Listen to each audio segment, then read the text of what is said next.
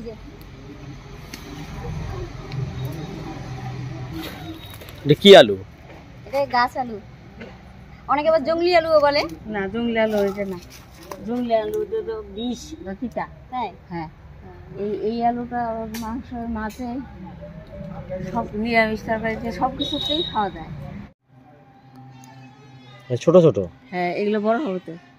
এটা গাছের পাতাটা পানের মতন? হ্যাঁ একদম পানের মতন পাতা না? হ্যাঁ, পানের মতন পাতা।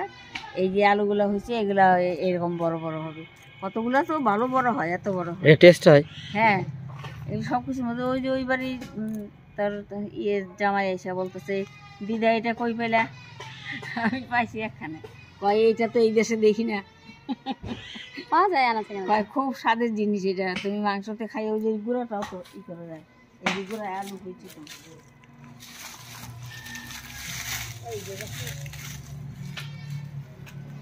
ও গোড়ার এটা আলাদা, এটা তো আলাদা আলু না? হ্যাঁ, এইটা খাওয়া যায়। আবার আরেকটা আছে ওইখানে, ওইটা এই যে মাটির নিচেরটা কত বড় হয়েছে দেখছিস? এটা মাটির নিচে আলু হয়? হ্যাঁ, এইটাও খাওয়া যায়। হ্যাঁ, আবার উপরে যেটা হয় ওটাও খাওয়া যায়। দেখি আলুটা দেখাও তো একটু। এই যে কত বড় হয়েছে দেখছিস? ও বাবা,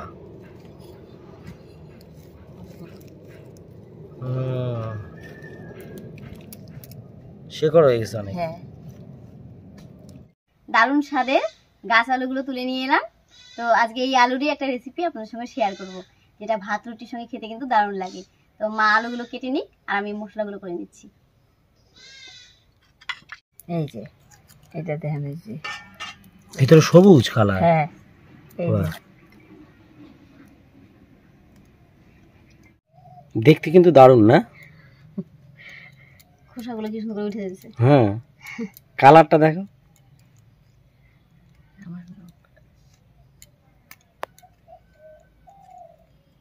আমার নখ নাই না, এই জন্য বসে দিয়েছে।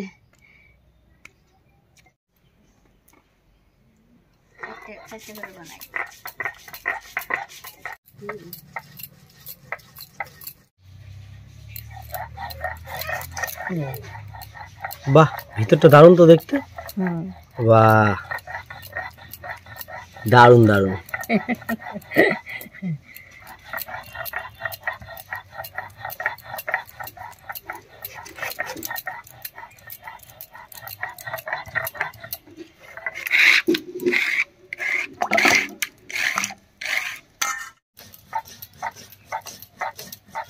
মশলাগুলো সব বাটা হয়ে গেছে, একবার নামিয়ে নিচ্ছি।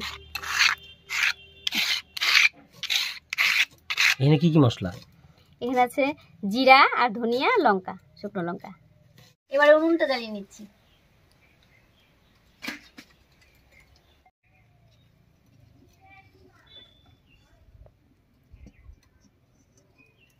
উনুন জ্বালিয়ে কড়াই বসিয়ে দিয়েছি। এবারে জল দিয়ে আলুগুলো একটু ভাপিয়ে নেব।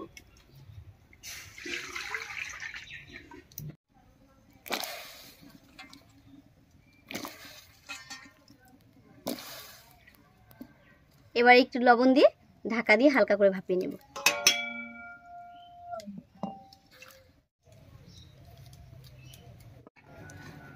7-8 মিনিট মতো ঢাকা দিয়ে সিদ্ধ করে নিয়েছি। এবারে ঢাকাটা খুলে জলটা ছেঁকে নিচ্ছি।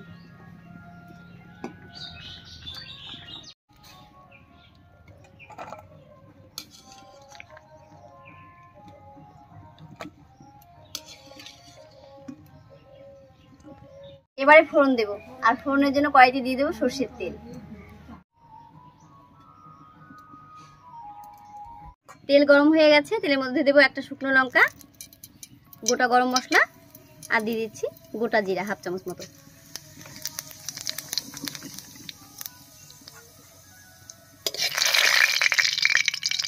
ফোড়নটা ভাজা হয়ে গেছে, এবার এর মধ্যে দেবো একটা পেঁয়াজ কুচি।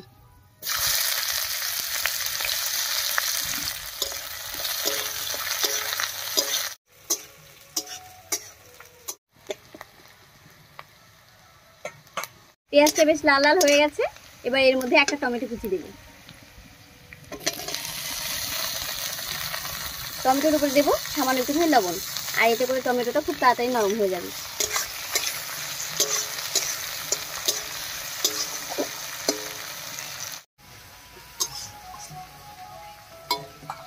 টমেটো আর পেঁয়াজ বেশ নরম হয়ে গেছে। এবার এর মধ্যে সব বাটা মশলাগুলো দেবো।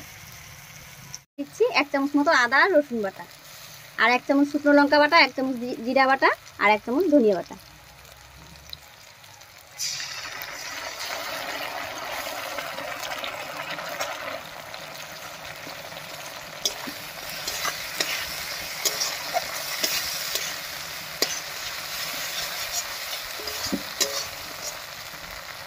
মশলাগুলো দিয়ে নাড়িয়ে নিয়েছি। এবার এর মধ্যে দেবো 1/2 চামচ মতো হলুদ আর 1 চামচ মতো লবণ।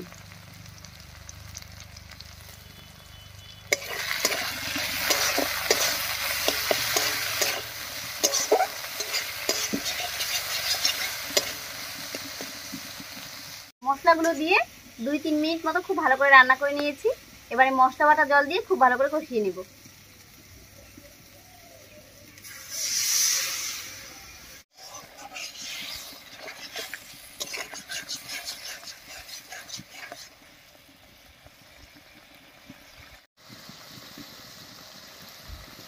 মশলাটা খুব ভালো করে কষিয়ে তেল ছেড়ে দিয়েছে। এবারে ভাপিয়ে রাখা আলুটা দেবো।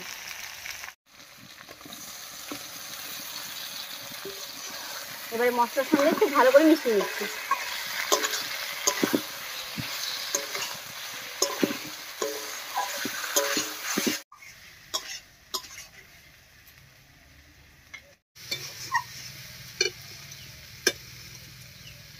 পাঁচ 6 মিনিট ধরে মশলার সঙ্গে আলুটাকে খুব ভালো করে কষিয়ে নিয়েছি। এবারে অল্প জল দেবো।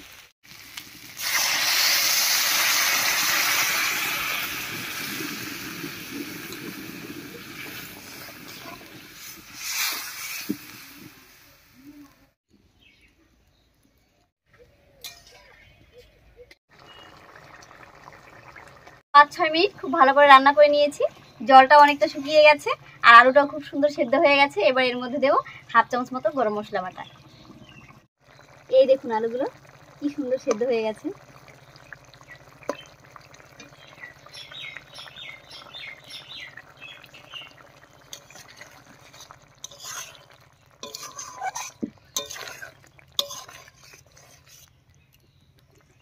গরম মশলা বাটা দিয়ে একটু রান্না করে নিয়েছি। এবারে ধনেপাতা কুচি ছড়িয়ে নামিয়ে দিচ্ছি।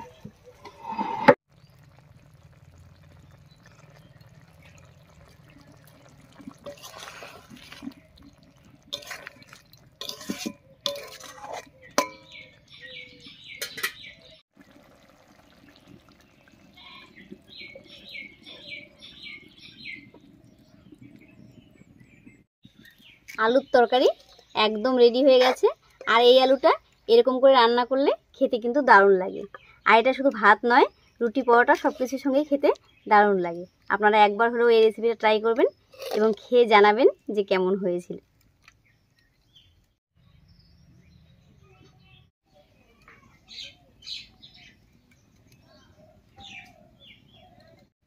একটু খাওয়া দেখি কেমন লাগে।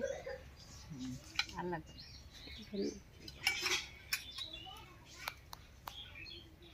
গরম কিন্তু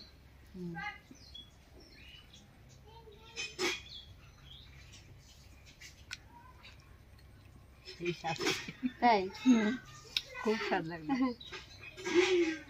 খাওয়া যাবে না একটু?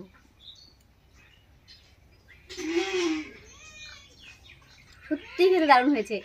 আর আলুটাও এত নরম, ভিতরটা একদম মোমের মতো নিয়েছে। তো আজকের রেসিপি আপনাদের কেমন লাগলো অবশ্যই কমেন্টে জানাবেন। যদি ভালো লাগে একটা লাইক করে দেবেন এবং চ্যানেলটিকে সাবস্ক্রাইব করে এভাবেই আমাদের পাশে থাকবেন। আজ এই পর্যন্তই, আবার কাল দেখা হচ্ছে নতুন কোনো রেসিপি নিয়ে।